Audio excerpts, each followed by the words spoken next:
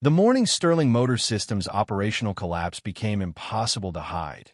Its CEO drove through freezing rain to a garage the company had treated like a dumping ground for 10 years, and discovered that the man they had ignored was guarding the only complete record of why they had failed.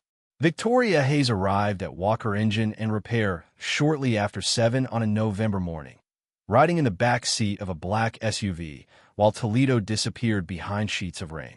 Sterling's main plant had stopped production before dawn.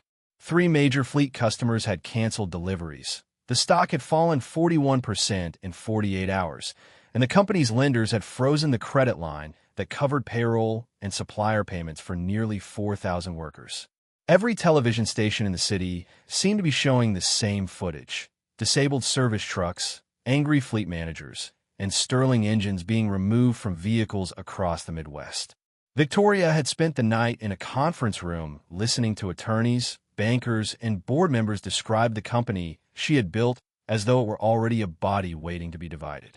Now she was traveling toward a narrow brick garage beside an abandoned rail spur because Rachel Kim, Sterling's general counsel, had uncovered a 10-year-old disposal contract no one in the executive office remembered signing.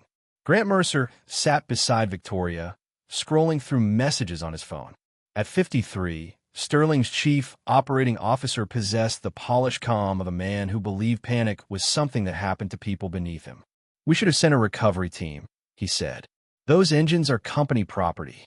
Rachel turned from the front passenger seat. The contract transferred ownership to the garage after Sterling classified each unit as abandoned and removed it from active warranty inventory. Grant's jaw tightened. Then the contract was poorly written. "You approved every renewal." He looked out the window. Victoria said nothing. She had known Walker Engine and Repair existed, but only as a line item buried beneath storage, salvage, and environmental fees. For 10 years, Sterling had sent damaged engines there after internal teams declared them too expensive to study. The arrangement had saved warehouse space and reduced disposal costs. That was how Grant had always described it. When the SUV entered the gravel lot, Victoria saw nearly 30 engines beneath steel awnings, each covered with a gray tarp and marked with a weatherproof tag. The garage itself was small, with faded red lettering above 2 service bays and an apartment built over the office. A light glowed in the upstairs kitchen. Ethan Walker stood inside the first bay, wearing a dark thermal shirt beneath oil-stained coveralls. He was 39, broad-shouldered from years of lifting parts no machine could reach, with tired eyes and a fresh cut across one knuckle. He did not look surprised when the 3 executives entered. He looked as though he had been expecting them for years.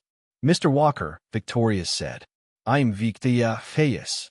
Ethan wiped his hands on a shop towel. "I know who you are." Grant stepped forward. "Sterling is reclaiming all engines, documents, electronic control units, and proprietary components delivered under our disposal agreement." Ethan looked at him. "You mean the agreement that says Sterling abandoned them?" "The company is facing an active product investigation. These engines have been facing one for a decade." Rain hammered the metal roof above them. Victoria studied the garage. Tools hung in careful rows. Parts were separated into labeled bins. On one wall, a large corkboard held photographs of cracked housings, warped cooling sleeves, damaged seals, and serial number plates connected by colored string. This was not the disorder she had expected from a salvage shop. It looked like a laboratory assembled by someone who could not afford laboratory walls. "We need access to everything," Victoria said. "Our customers are reporting a failure pattern we have not been able to isolate." Ethan's expression did not change. "You isolated it every time you sent another engine here." Grant gave a humorless laugh. "You repair family cars and delivery vans. Sterling employs hundreds of engineers.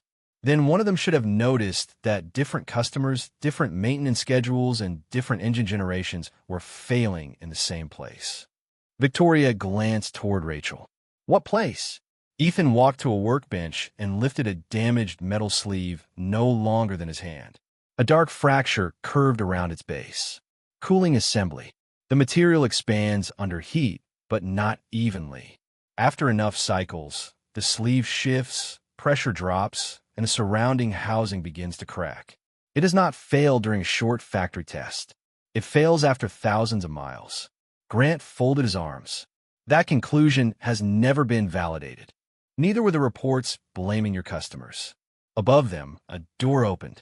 A 12-year-old girl with dark blonde hair appeared at the top of the apartment stairs, carrying a backpack and a bowl of cereal.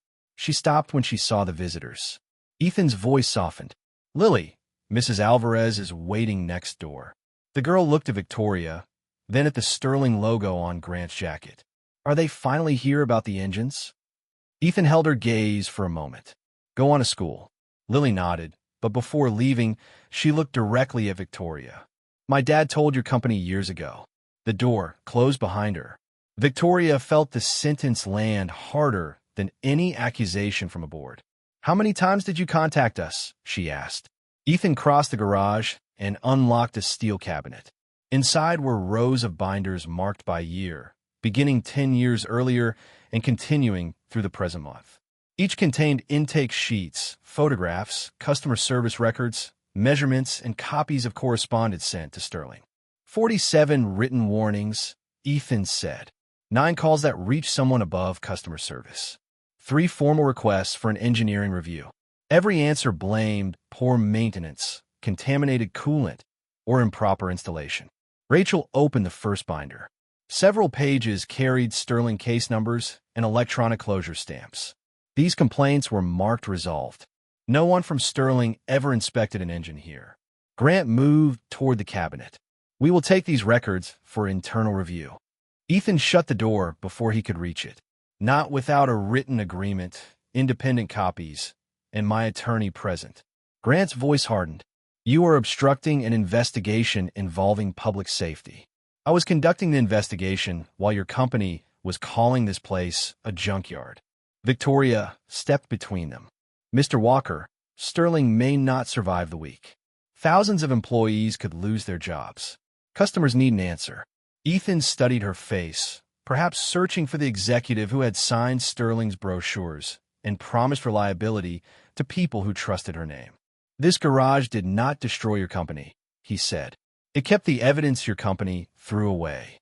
He walked to the rear of the building and pulled open a heavy, sliding door. The warehouse beyond was darker and much larger than Victoria expected. Rows of broken engines stretched beneath hanging lights, organized by production year, model, mileage, customer type, and failure location. White tags hung from every unit. Red circles marked the same section of each cooling assembly. Along the far wall, Ethan had built a serial number map nearly 20 feet wide, tracing the pattern across a decade of production. Victoria stepped closer. The first failures appeared in a small cluster 10 years earlier. Then the lines spread through newer models, larger contracts, and thousands of engines still operating on American roads. Ethan pointed to the production date where the pattern began. It matched the quarter Sterling had changed suppliers to meet an aggressive cost reduction target. Beneath it were copies of his earliest warning, Sterling's closure notice, and an internal approval code Victoria recognized immediately. It belonged to her executive office. Ethan looked from the map to the woman whose company had finally run out of places to hide its failure. "You did not start losing Sterling this week," he said. "You started losing it the day your office buried the first engine."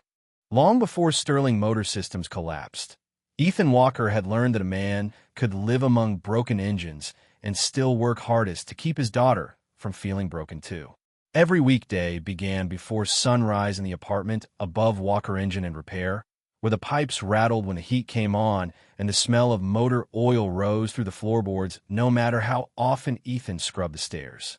At 5:30 each morning, he packed Lily's lunch, signed whatever school form she had left beside the coffee maker, and checked the envelope where he kept money for rent, electricity, and the garage loan. There was rarely enough to cover all 3 without moving something into the following week. Lily was 12 now, old enough to recognize the difference between being careful with money and not having any, but Ethan still tried to make the distinction invisible. Since Lily's mother had died when she was 4, the apartment and the garage had become the entire map of their life. Ethan told her living upstairs saved them a commute. He called the second-hand furniture practical. When the furnace failed twice in January, he turned the repair into a lesson about thermostats and let her believe they were camping indoors. By 7, Lily would sit at the small kitchen table eating cereal while Ethan studied repair orders from the night before. Most of his income came from local customers whose vehicles had to survive one more Ohio winter. Nurses finishing overnight shifts, delivery drivers, teachers, warehouse workers, and parents who could not afford a new transmission. The Sterling contract was different. It paid a flat handling fee for every rejected engine delivered to the property, barely enough to cover the forklift, storage space, and environmental paperwork. Ethan had considered ending the agreement many times, but the monthly checks arrived with a consistency ordinary repair work did not. They paid Lily's school fees, kept the garage insured, and covered the weeks when customers needed repairs but could manage only partial payments. Sterling also allowed him to salvage non-restricted components after each unit was officially abandoned, giving him belts, brackets, housings, and hardware he could legally reuse or sell. Grant Mercer liked to describe the arrangement as generosity from a major manufacturer to a struggling independent shop. Ethan understood it for what it was. Sterling was paying him less than proper industrial storage would have cost because executives assumed a small garage owner would be grateful for whatever they offered. The first Sterling engine had arrived 10 years earlier on a flatbed in the middle of July. Lily had been 2 years old, asleep in a portable crib inside the office, while Ethan worked late rebuilding a delivery van.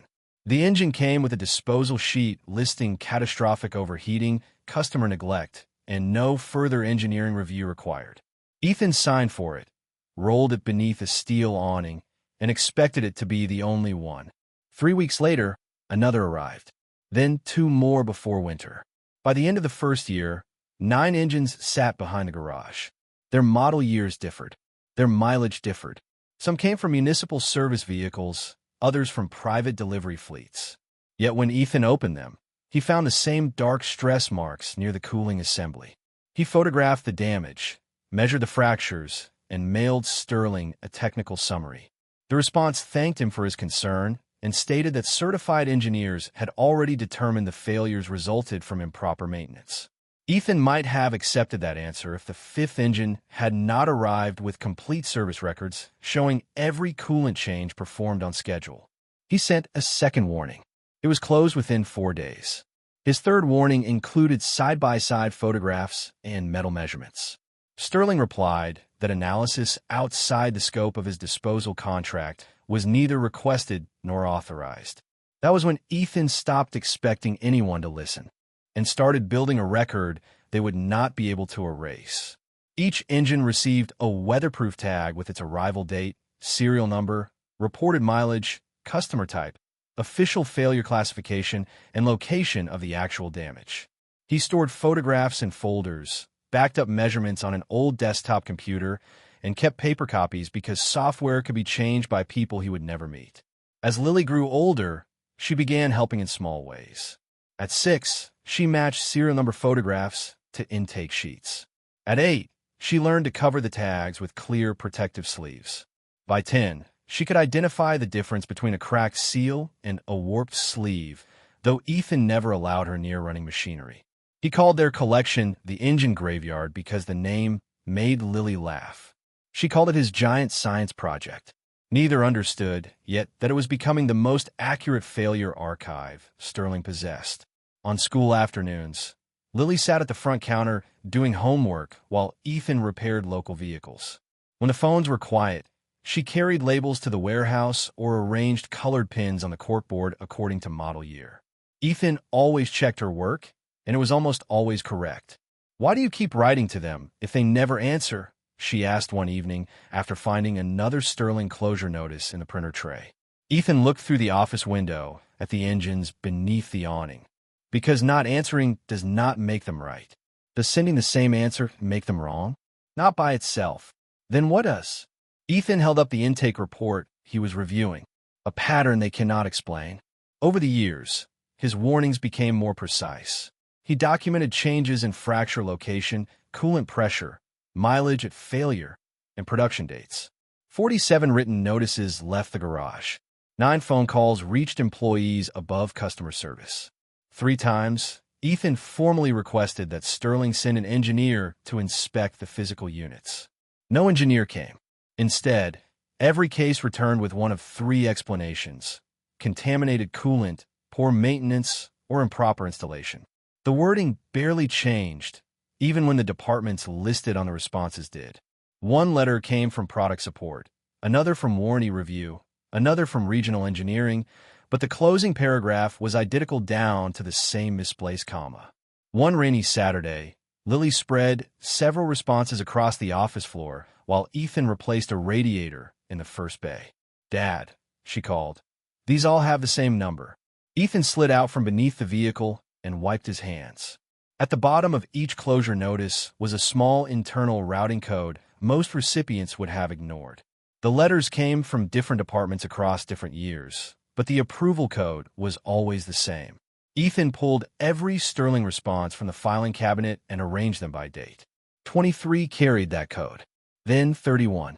Eventually, all 47 did. Somewhere inside Sterling, every warning from his garage had passed through the same approval channel before being marked resolved. Ethan stared at the line of documents until the pattern felt heavier than the engines outside. The company had not failed to notice his warnings.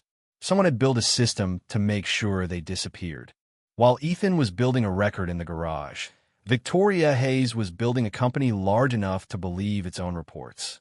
From the 38th floor of Sterling's headquarters in downtown Toledo, the factory complex looked orderly enough to inspire confidence.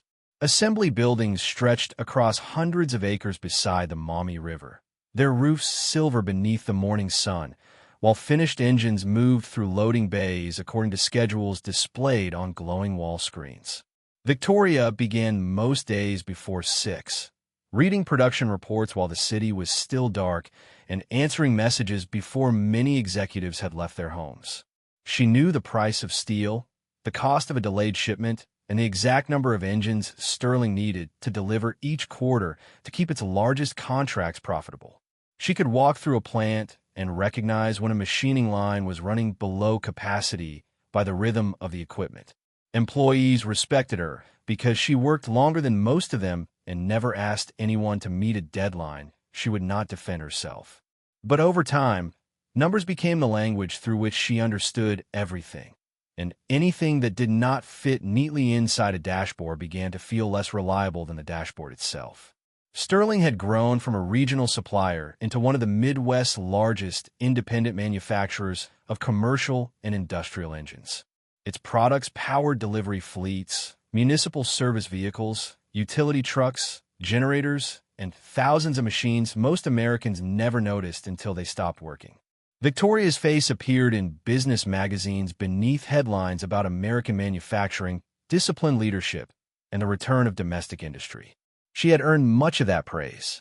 When competitors moved production overseas, she kept Sterling's largest plant in Ohio. During an economic downturn, she delayed her own compensation before approving layoffs. She funded apprenticeship programs and created scholarships for employees' children.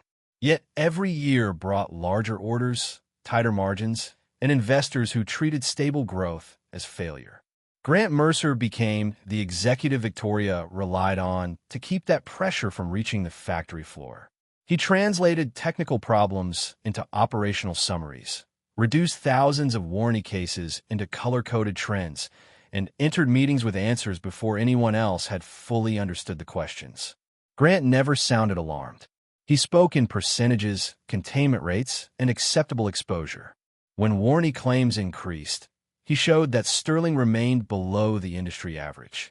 When customers reported overheating, he separated the cases by maintenance history until no category appeared large enough to threaten production.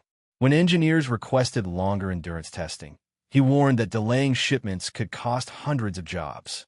Victoria challenged him often, but his reports always arrived complete, signed by multiple departments, and supported by charts showing that every risk remained under control.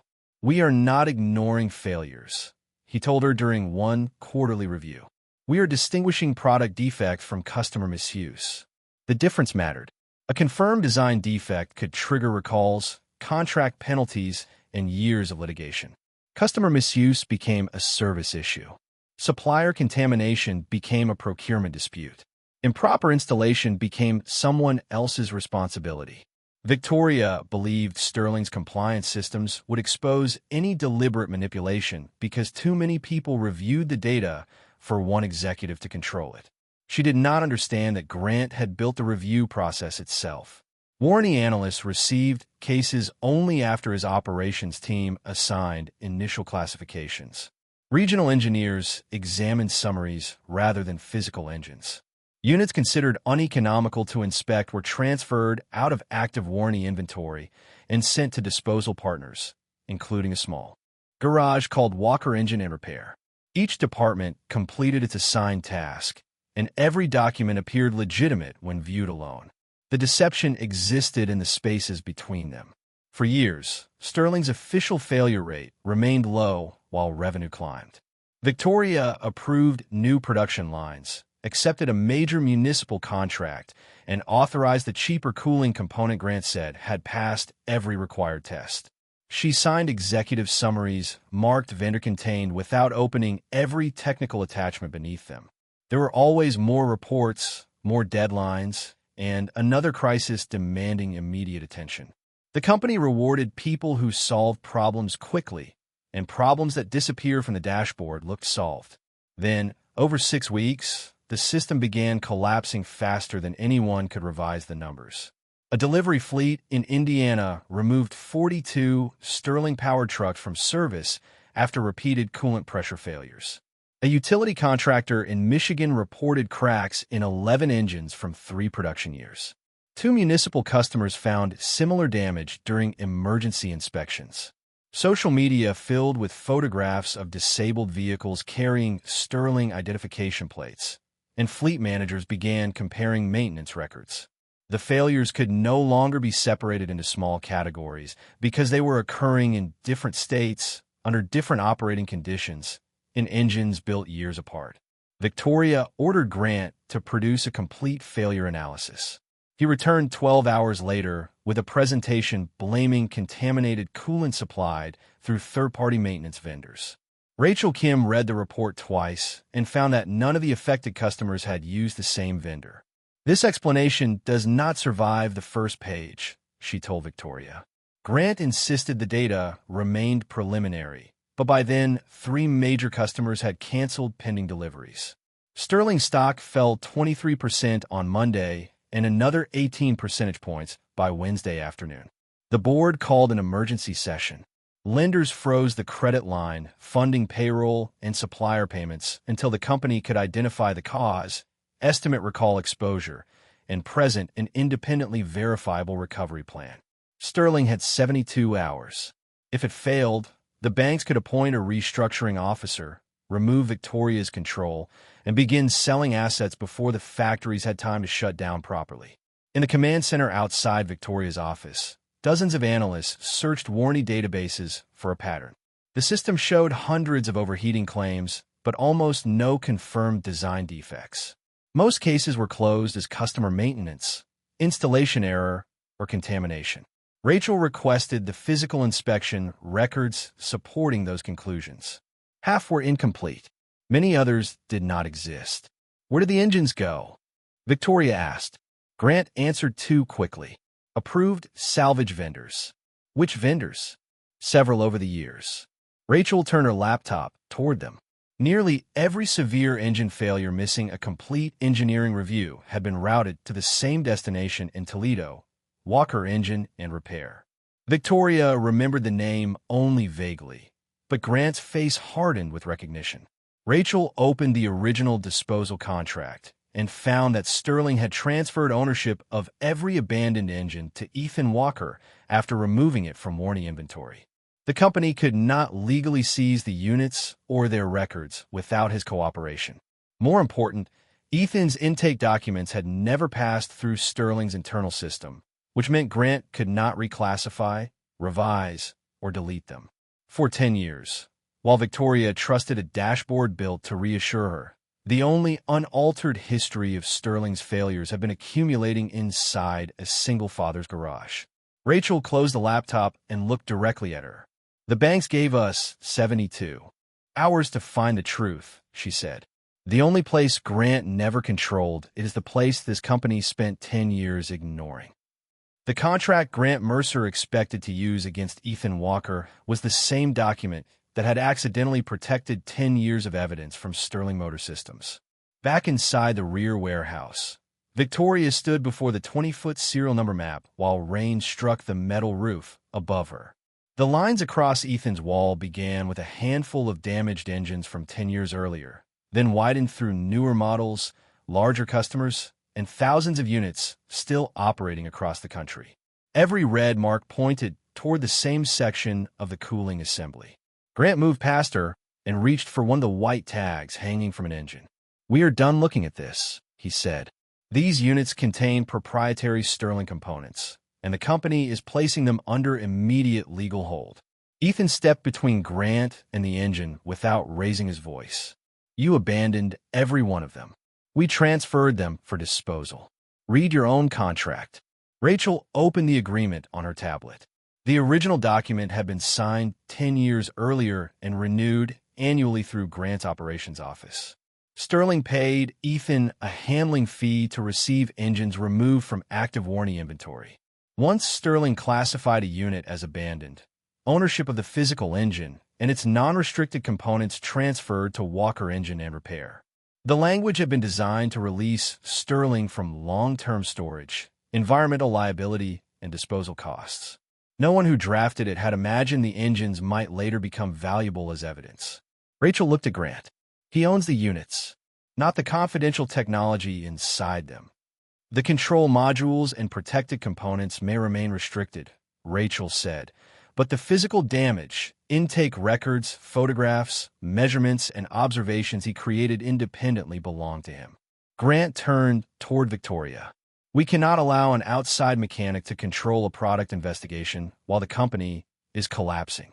Ethan's expression hardened. "I tried to give you the investigation for 10 years. You only want it now because the banks do."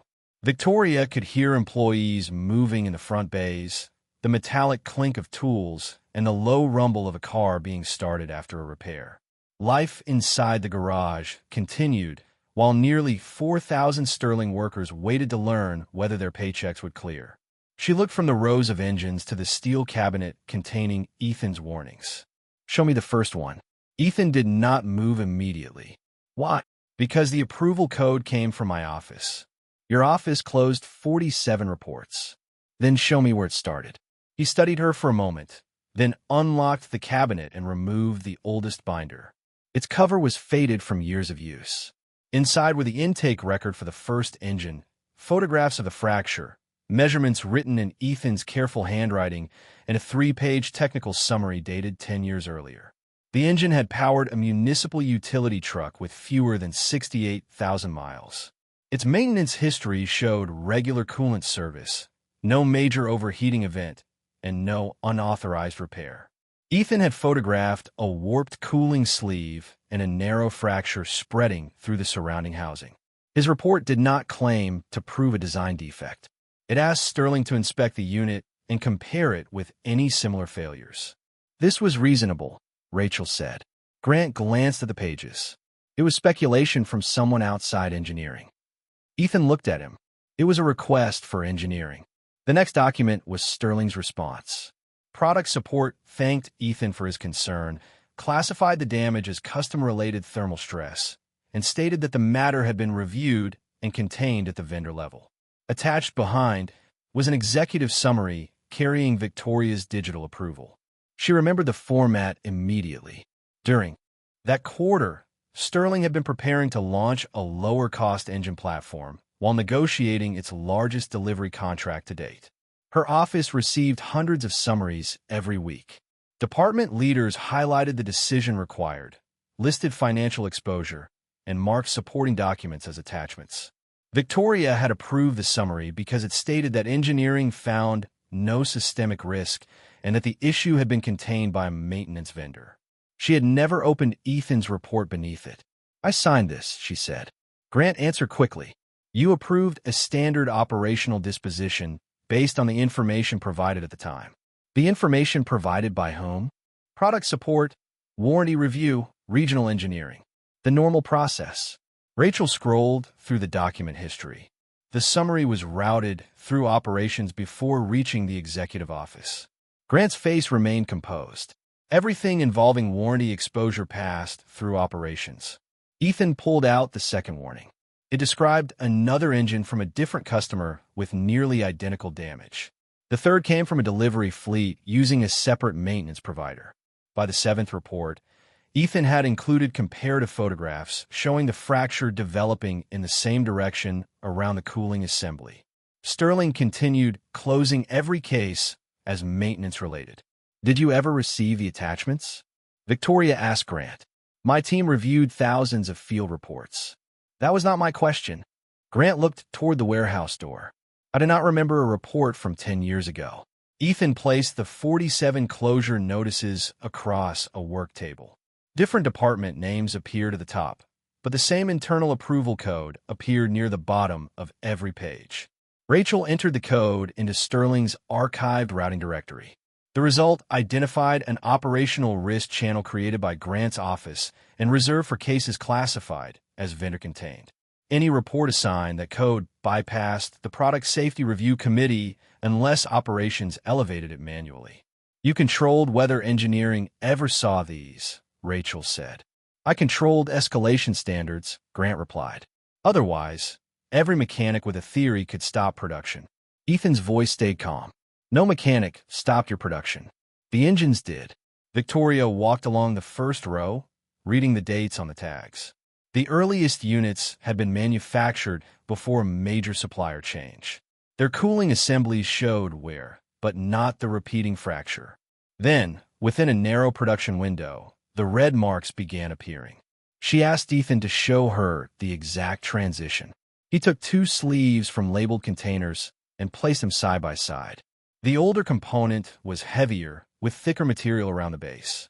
The newer one looked nearly identical, but weighed 6 ounces less and used a different alloy.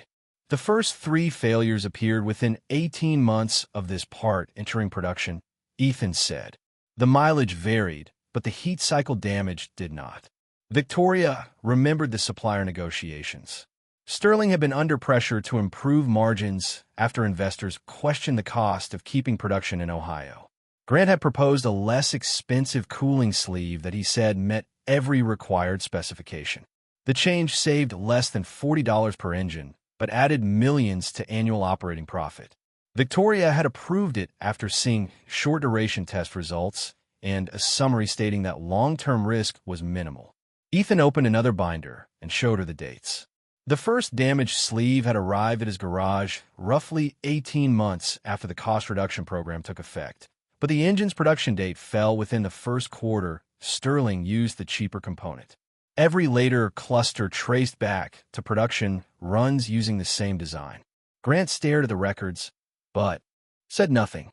Victoria looked at the engines stretching into the darkness, then at the executive summary she had signed without reading what lay beneath it.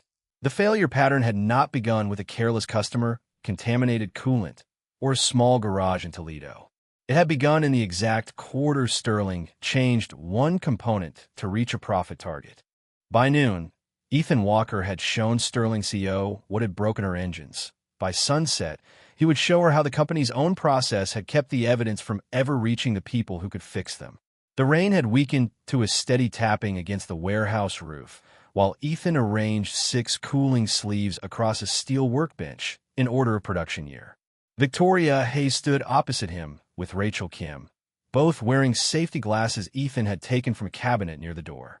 Grant Mercer remained several feet away, arms folded, watching the garage as though every tool and stained section of concrete confirmed his belief that nothing discovered there should be allowed to threaten Sterling's engineers.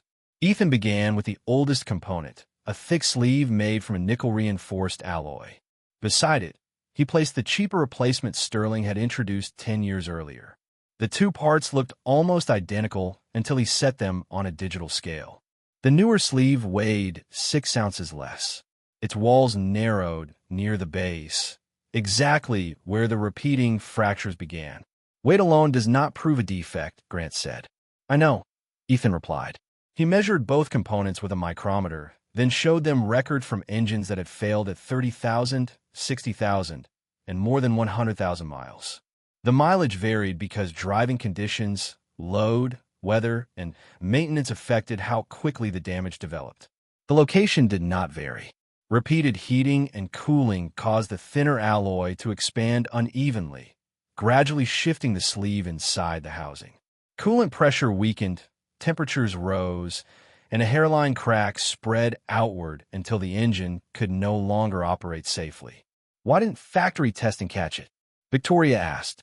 "Because your tests ended before the metal had lived through enough heat cycles," Ethan said. "A new engine could pass every short-duration test and still carry the beginning of the failure." He led them to a testing room behind the second service bay, assembled from equipment purchased one piece at a time from auctions and closed machine shops. It was not a Sterling laboratory. The walls were unfinished, the ventilation system was loud, and the test stand had been rebuilt from parts belonging to 3 manufacturers. But every pressure gauge carried a calibration tag. Every result was dated, and every component rested in a labeled container. Rachel studied the binders beside the test stand. "You conducted your own endurance tests?" "Limited ones," Ethan said. "Enough to compare materials and tolerances, not enough to certify a production design." That answer made Victoria look at him differently. He was not claiming that one mechanic in a garage had solved what hundreds of engineers could not. He was showing that careful observation had found what a system designed around short-term results refused to examine. Ethan opened a case containing 3 redesigned sleeves. He had increased the thickness near the base, adjusted the expansion tolerance, and returned to an alloy closer to the original specification. One prototype had completed thermal and load cycles representing nearly 80,000 highway miles without losing coolant pressure or developing a measurable crack. "This could be the corrective design," Victoria said. Ethan shook his head. "It could be part of one. It still needs independent metallurgical review, full endurance testing, vibration testing, cold weather cycling, and validation across different engine platforms." Grant gave a thin smile. "So you have not actually fixed anything?" "I have identified a failure pattern, isolated the most likely cause, and produced a design that has survived longer than the part you approved," Ethan said. "That is more than Sterling's official investigation accomplished in 10 years. Rachel began photographing the test logs with Ethan's permission. Victoria walked through the warehouse while he and Rachel compared serial numbers. The engines formed a physical timeline no executive presentation could soften. Early failures were scattered. Later clusters grew closer together as Sterling increased production. Some units arrived with complete maintenance records. Others carried closure notes blaming customers before anyone had opened the housings. Ethan had preserved damaged sleeves, coolant residue samples, photographs, mileage reports, and correspondence for every unit he could document. The garage had become a failure library because the company had treated each engine as an isolated inconvenience instead of one chapter in the same story. Near the far wall, Victoria stopped beside an engine from a municipal snow removal truck. A photograph attached to its tag showed the vehicle stranded beside an Ohio highway during a winter storm. The official Sterling record classified the failure as contaminated coolant. Ethan's sample report showed no contamination. "Who reviewed this?" Victoria asked. Rachel searched the archived case number. Operations closed it before regional engineering received the physical evidence. Grant stepped closer. "We are examining records without full context. Field samples can be compromised, customers provide incomplete histories, and independent shops do not follow Sterling chain of custody procedures." Ethan turned toward him. "Sterling gave up custody when it abandoned the engines, which means your samples would never survive a formal challenge. Then challenge the engines that are still running." As if the sentence had summoned them, Victoria's phone began vibrating across the workbench. The first message came from a regional service director in Illinois. 26 delivery trucks had been taken out of service after inspectors found coolant pressure loss. A second alert followed from a public utility in Pennsylvania reporting cracks in 7 engines. Then Caleb Price, maintenance director for one of Sterling's largest fleet customers, called Victoria directly. His company had inspected 180 vehicles after seeing the recall reports. 32 showed early pressure irregularities, and 14 contained visible fractures near the same cooling assembly Ethan had marked on the wall. "We followed every maintenance requirement," Caleb said through the speaker. "Your people have blamed our technicians for 3 years. If these engines fail in service, I cannot keep my drivers on the road." Victoria asked him to send every maintenance record and remove any vehicle showing pressure loss from operation. The decision would cost both companies money they could barely afford, but for the first time that day, she did not ask what the numbers would look like. She asked what would keep people safe.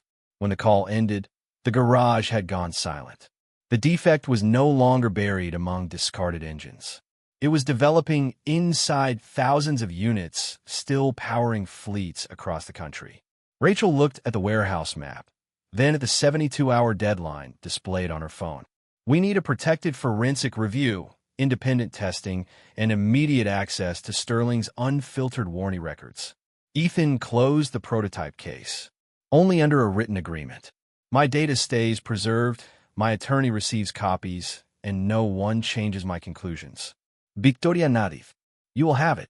Grant said nothing, but his attention had shifted toward Ethan's computer, the binders, and the shelves of retained components. He understood before Victoria did that the garage no longer held merely a possible solution. It contained a chain of evidence connecting the cheaper sleeve, the hidden complaints, and the approval system leading back to his office. While Rachel began drafting an agreement and Victoria called the board, Grant stepped outside beneath the steel awning and sent a private message to Sterling's security director. He instructed the company to review every component Ethan had ever sold, every payment made under the disposal contract, and every photograph showing dismantled Sterling engines inside the garage. Ethan had found the cause of the collapse. Grant was preparing to make him look like the man who caused it.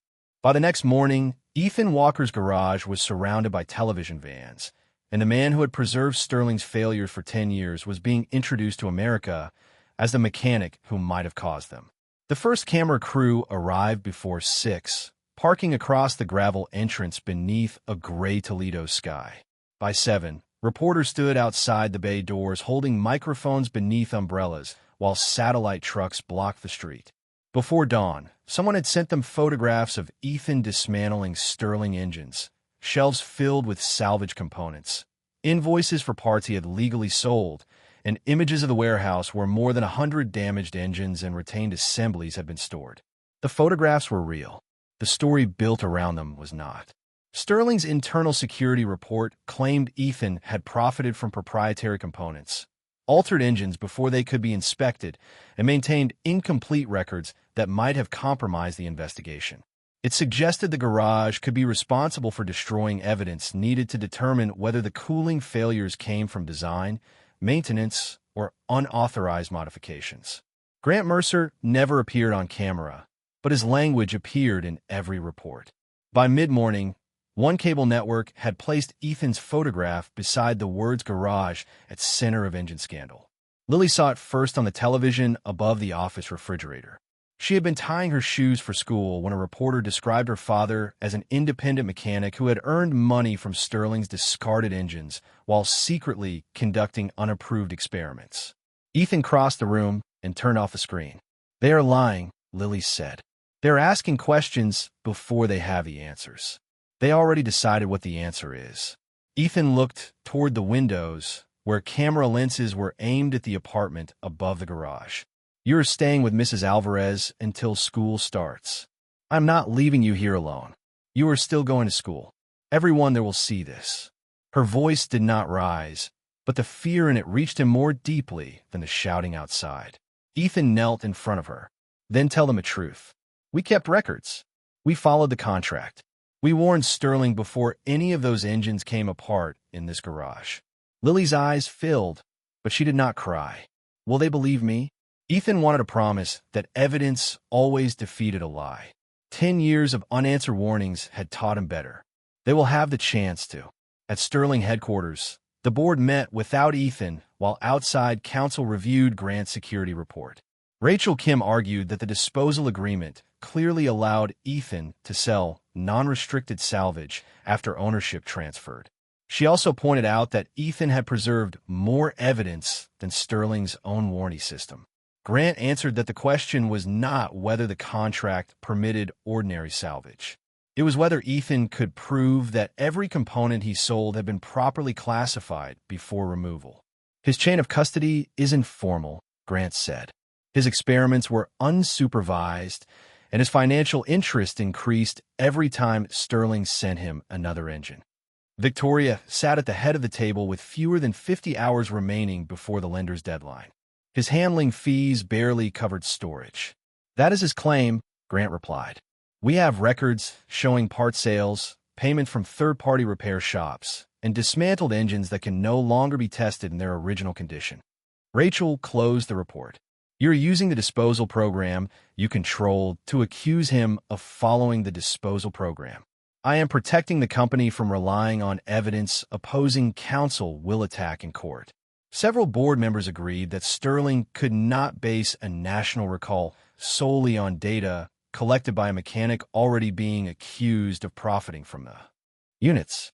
Others worried that allowing Victoria to continue directing the investigation created a conflict because her office had approved the original cost reduction program. By noon, the board passed an emergency resolution requiring an outside forensic team to take control of the technical review. Victoria would remain CEO, but she could no longer supervise the failure investigation directly.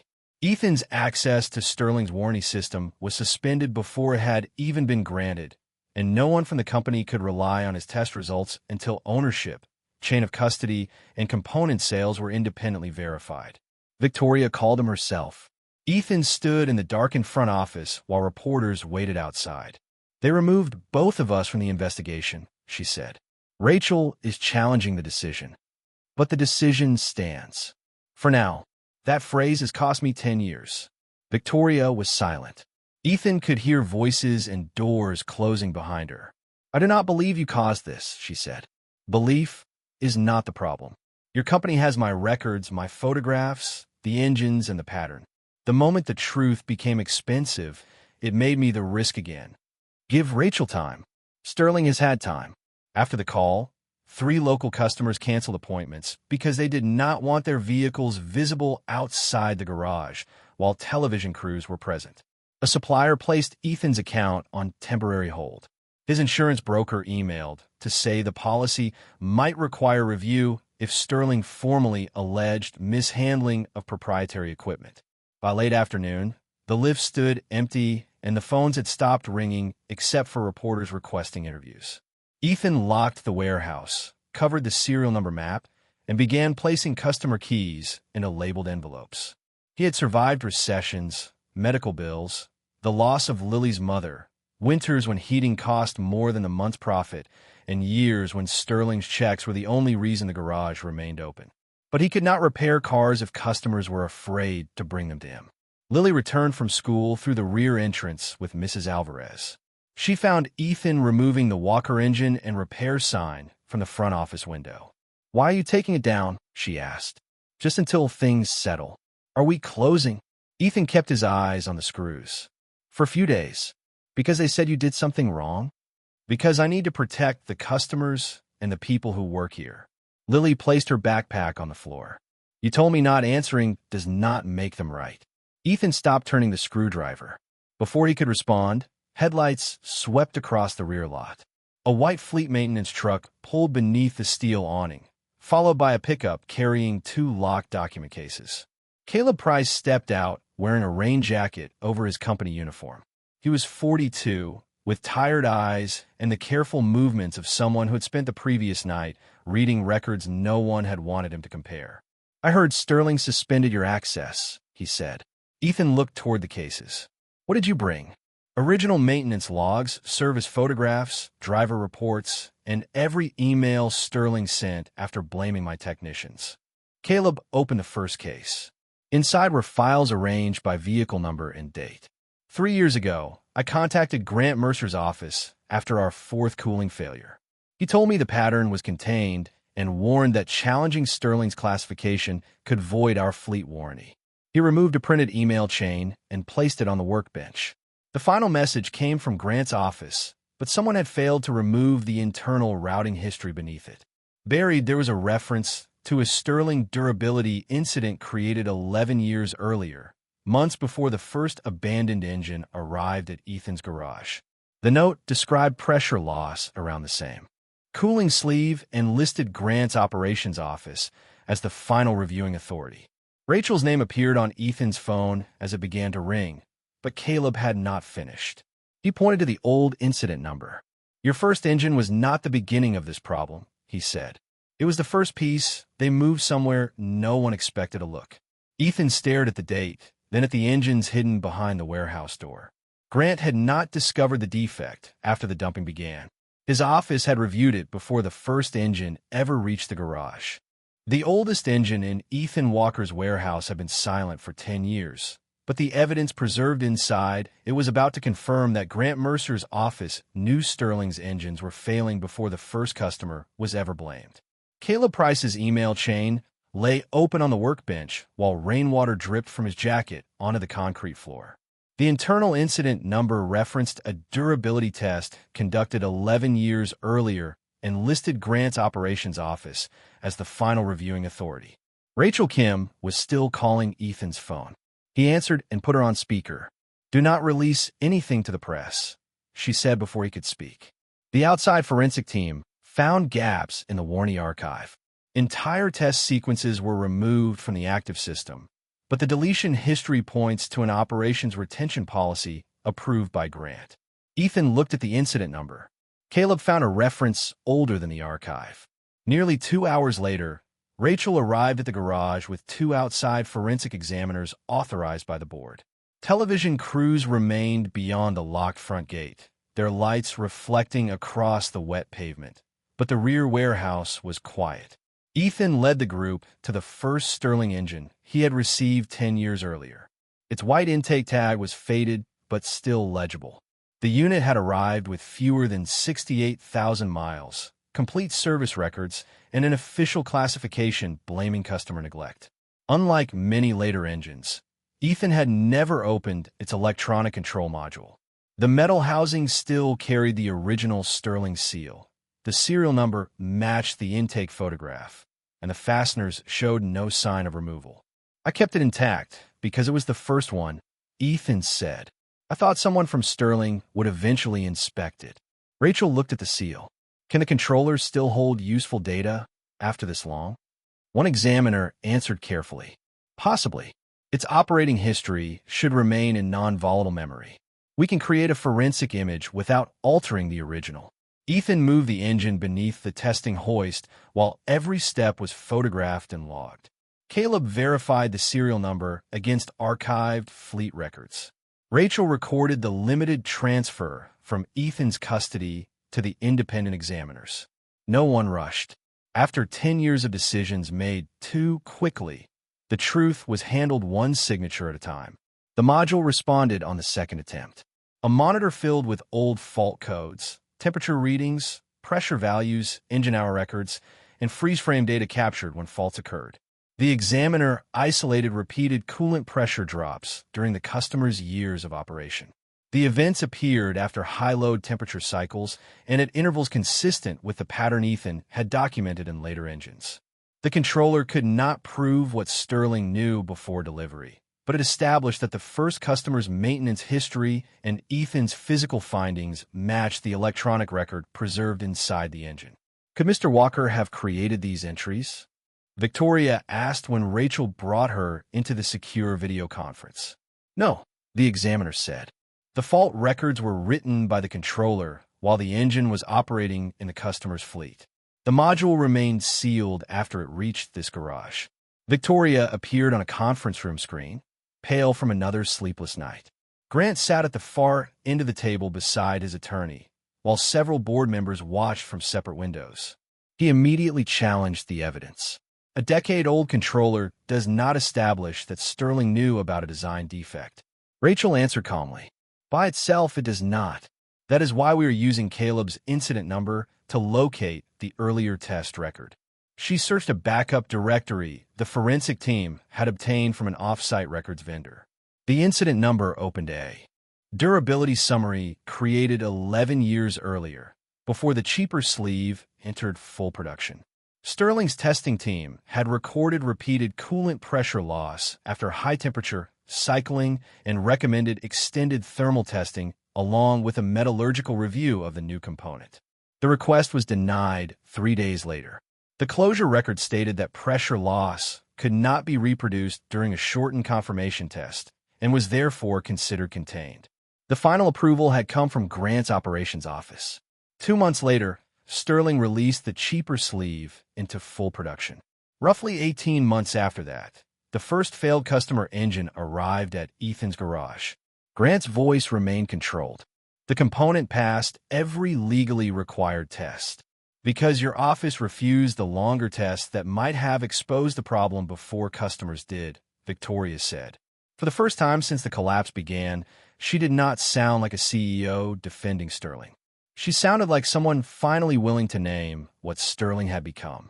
Rachel opened the disposal records.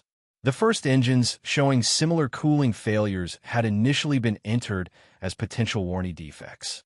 Within days, operations reclassified them as customer-caused damage, removed them from the engineering review queue, and transferred them to Walker Engine and Repair under the abandoned property contract. The same process repeated year after year. Grant had not merely used the garage arrangement to save storage costs. He had turned it into a way to move physical evidence outside the warranty statistics before product safety reviewers could connect the failures. Ethan looked across the warehouse at the rows Lily had helped him label. "You did not send me junk," he said. "You sent me everything your reports could not afford to remember." Grant's attorney objected that intent had not been established, but the pattern no longer depended on a single accusation. There was the original durability warning, the denied engineering request, the sealed controller confirming the first customer's fault history, the approval code, the reclassified warranty cases, the disposal transfers, Caleb's maintenance files, and 47 warnings closed through the same operational channel. Victoria stared at the documents on her screen.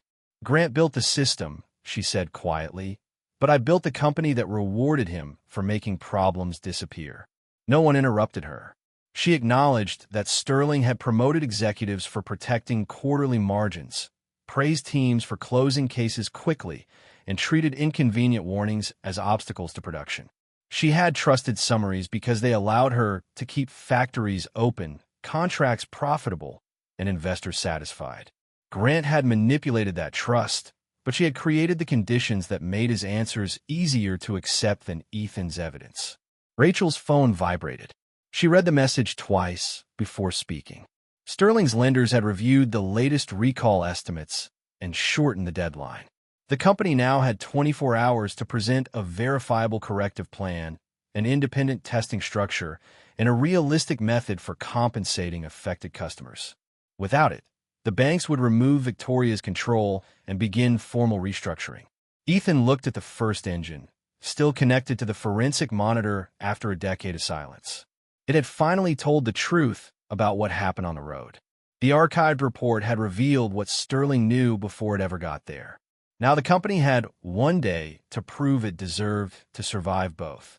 With fewer than 12 hours left before Sterling lost control of its own future, Ethan Walker walked into the company's boardroom, carrying a plan that could preserve thousands of jobs and a box of evidence that could end the careers of everyone who tried to bury it.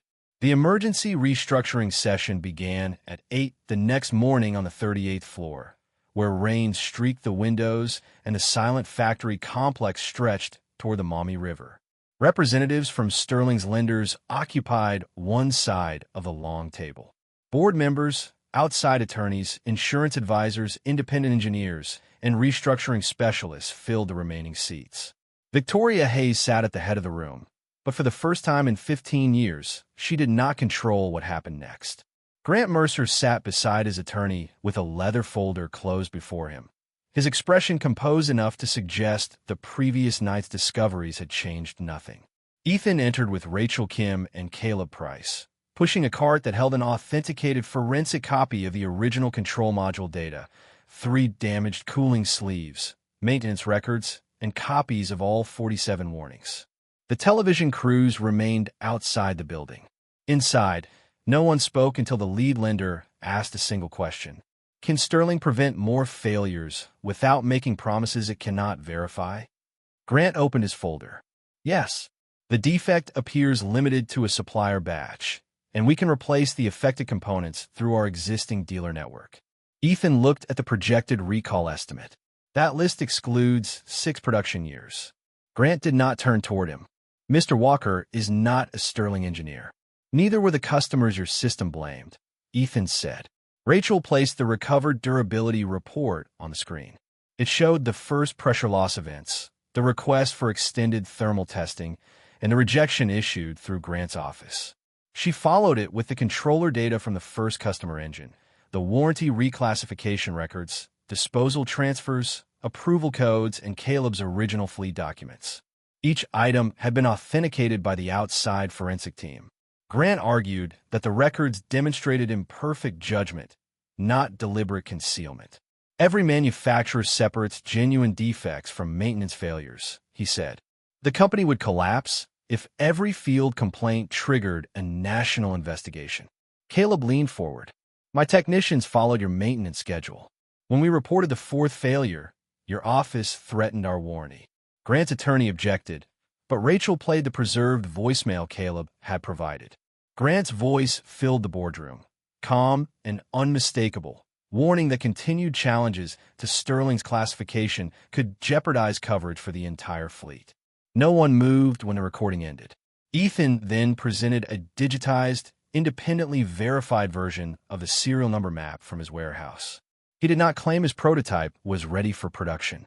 He explained that the thicker sleeve and revised tolerance had survived limited testing, but certified replacement would require independent metallurgical analysis, endurance cycling, vibration testing, cold weather validation, and approval across multiple engine platforms. Sterling could begin that process immediately, but there would be no overnight repair and no honest way to guarantee that every engine currently in service was safe. Then what exactly are you proposing? One board member asked. Ethan changed the screen. The first phase would remove from service any vehicle showing pressure loss, visible cracking, or fault histories matching the pattern. Mobile inspection teams would prioritize utility fleets, municipal service vehicles, emergency support equipment, and high-mileage delivery trucks. The second phase would expand inspections by production year and operating history, while independent laboratories validated the redesigned component. Customers would receive temporary replacement support, reimbursement for verified losses, and written access to their own inspection data. All future warranty classifications would be reviewed outside Sterling's operations department. That will cost hundreds of millions of dollars, a lender said. Pretending it costs less is why you are here, Ethan replied. Working overnight with Rachel, Victoria, and Sterling's restructuring advisors, Ethan had built the technical framework while the financial team identified the money required to support it. Their combined proposal suspended executive bonuses, placed 2 non-essential properties up for sale, delayed the planned headquarters renovation, and directed Sterling's remaining unrestricted reserves toward the first phase of inspections. The company would still enter formal restructuring, reduce production, and lose contracts. It might survive, but not at its former size and not without years of repayment. The plan offered no miracle. That was why the lenders continued listening. Grant finally turned toward Victoria. You cannot hand control of a public safety response to a garage owner with no manufacturing certification. Victoria met his eyes. He is not asking for control. He is asking for independent verification, which is what you prevented. Grant's composure cracked. He warned that admitting concealment would invite lawsuits capable of destroying Sterling completely. Victoria looked around the room at the employees whose names were represented only by payroll totals, at the customers whose disabled trucks had become entries on a liability sheet, and at Ethan, whose warning she had signed away without reading. The lawsuits already exist, she said. The only choice left is whether we continue earning them. Rachel formally presented the forensic conclusion. Grant's office had altered escalation criteria, redirected physical evidence, and repeatedly closed credible safety complaints without required engineering review. The board voted to terminate him for cause, preserve his records, and refer the findings to the appropriate federal transportation regulators and state authorities. Grant stood slowly, gathering none of the papers in front of him. As security escorted him from the room, he looked at Ethan. "You think this company will thank you when the layoffs begin?" Ethan answered without anger. "I did not come here to be thanked. I came because drivers were still using engines you knew could fail." After the doors closed, Victoria addressed the lenders. She accepted responsibility for approving the cost reduction program, failing to review the attached warnings, and creating a culture where closing cases mattered more than understanding them. She offered to surrender her controlling vote during restructuring and submit all recall decisions to an independent safety committee. The room remained silent until the lead lender requested a private recess. 40 minutes later, the banks agreed to release limited emergency funding for payroll, inspections, and customer support, provided Sterling entered court-supervised restructuring and adopted Ethan's independent review framework. The company was not saved. It had been given the opportunity to stop making its collapse worse. Near sunset, the board asked Ethan to remain behind. A director placed a proposed employment contract in front of him. It offered seven-figure compensation, the title of Chief Reliability Officer, and authority over Sterling's testing division. Victoria did not ask him to accept. She only said, "You should have had a voice here 10 years ago." Ethan looked through the glass toward the dark factory roofs, then down at the contract bearing the name of the company that had spent a decade treating his work like scrap.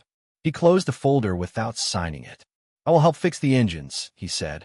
"That does not mean Sterling gets to own the person who proved they were broken."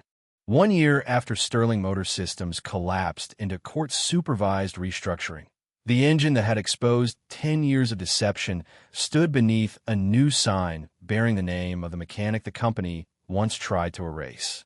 Walker Reliability Center opened on a clear November morning in the same brick garage where Ethan Walker had spent years repairing family cars beneath leaking pipes and unanswered warnings. The two original service bays remained, but the warehouse behind them had been rebuilt into an independent testing facility with calibrated equipment, secure evidence storage, a small materials lab, and observation windows that allowed customers to see exactly how their components were examined. Above the entrance, freshly painted letters read Walker Reliability Center. Lily stood on a ladder holding one corner of the sign while Ethan tightened the final bolt. She was 13 now, taller than the year before, with safety glasses pushed on her head and a streak of grease across one cheek. "Is it straight?" she asked. Ethan stepped back, closer than the first 47 reports Sterling filed. Lily laughed, and for the first time in months, the sound carried no fear. Sterling had survived, but survival had not looked like the triumphant recovery its public relations department once would have promised. The company completed a court-supervised restructuring, sold 2 office properties, closed 1 underused production line, and reduced executive compensation. Several contracts were permanently lost. Thousands of affected engines were inspected, and every vehicle showing the documented pressure loss pattern was removed from service until repairs could be completed. Customers received reimbursement for verified downtime, towing, temporary replacement vehicles, and qualifying repair costs. Some lawsuits remained unresolved, and Sterling's name would carry the damage for years. Yet the company kept its main Ohio plant open, preserved more than 3,000 jobs, and completed the recall without hiding the true scope of the defect. Independent laboratories confirmed what Ethan's garage tests had suggested. The thinner cooling sleeve could deform after repeated thermal cycles, especially under heavy load and rapid temperature changes. Ethan's redesigned component was not adopted exactly as he built it. Engineers strengthened the base, adjusted the alloy, changed the surrounding housing tolerance, and subjected the complete assembly to months of endurance, vibration, and cold weather testing. When a replacement finally received approval, The resulting patent application named Ethan as a co-inventor on the design improvements derived from his prototype, and every technical publication describing the failure history identified Walker engine and repair as the source of the preserved field evidence. Ethan did not become Sterling's chief reliability officer. Instead, he negotiated a licensing agreement that paid him for the use of his design contributions while leaving all testing decisions outside the company's control. Sterling could submit parts to Walker Reliability Center, but could not select the samples, alter the results, delay the release of safety findings, or remove Ethan from an investigation. The center's largest client paid the same published rate as the smallest local fleet. Every report belonged to the customer who commissioned it, and any credible public safety concern triggered review by an outside committee. Victoria Hayes had accepted those conditions without negotiation. She remained with Sterling during restructuring, but her voting authority was limited by an independent board, and every product safety decision required documented engineering approval. She visited the center on opening day without photographers, assistants, or a prepared statement. Her dark sedan stopped beside the same gravel lot where television vans had once gathered to accuse Ethan.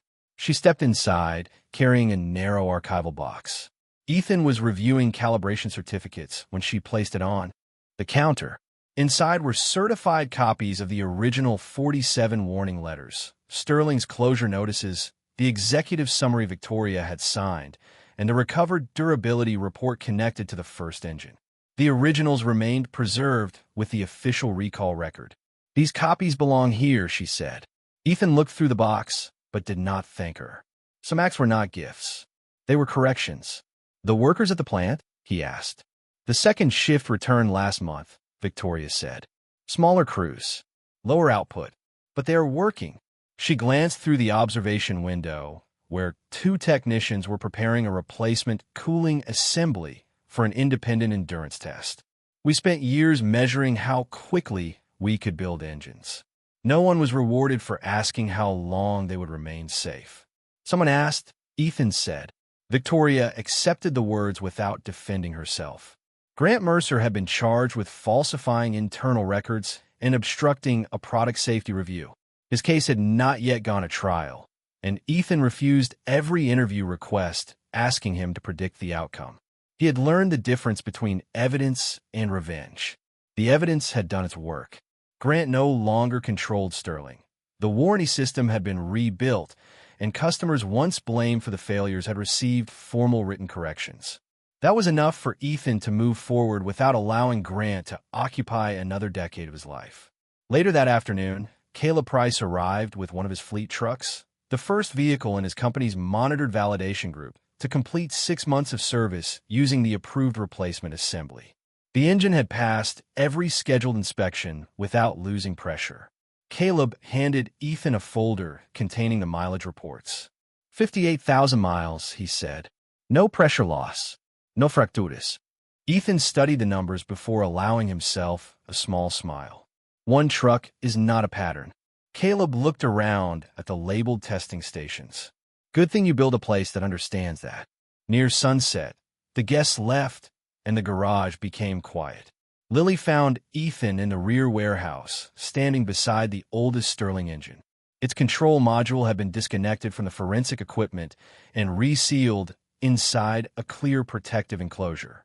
The faded white intake tag still carried the date it had arrived 10 years earlier. "Are we keeping it forever?" she asked. "Probably. Even though it is broken." Ethan rested one hand on the metal housing. "Especially because it is broken."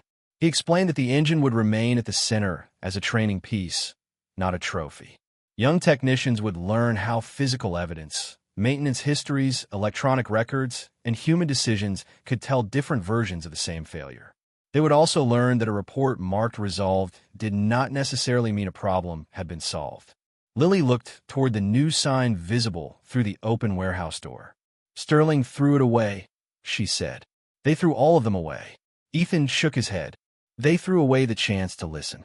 Outside, the final sunlight stretched across the repaired brickwork and the old gravel lot. The garage had not become a monument to Sterling's collapse.